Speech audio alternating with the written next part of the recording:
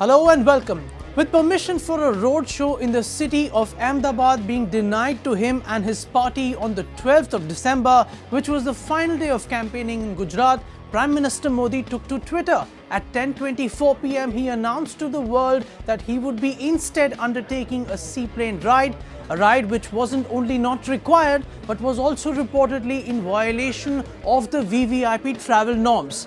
Notwithstanding all of that, he said that the seaplane ride in fact was just a symbol. His government, he said, was making efforts to harness the waterways for all the 125 crore Indians. Really, is that the case? We'll see.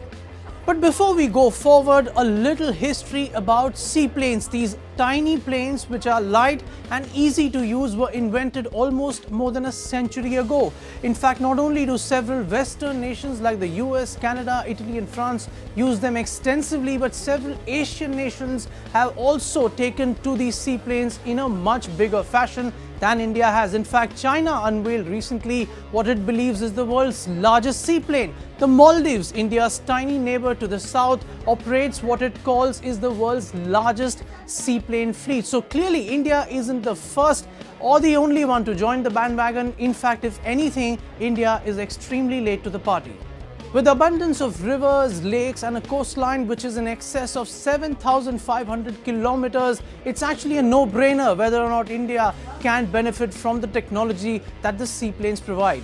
So why are we so mesmerized by the sight of a seaplane? We are mesmerized because never-ending regulatory clearances, an indifferent political and bureaucratic class of the country, and leaving the matter solely to the private sector, which of course will not move an inch unless it sees a proven history of profit, are the reasons why India does not as yet have a thriving seaplane sector. The NDA government, the Modi Sarkar, in that way is no different from the UPA. Only now the Union Minister for Shipping and Water Resources, Nitin Gadkari, has said that the government is going to formulate a policy on seaplane services in the next 3 months. But let's look 4 months behind the line. That time in Parliament, Modi Sarkar's Civil Aviation Ministry replied to the parliamentarians and said that they did not have any proposal to launch seaplane services anywhere in the country.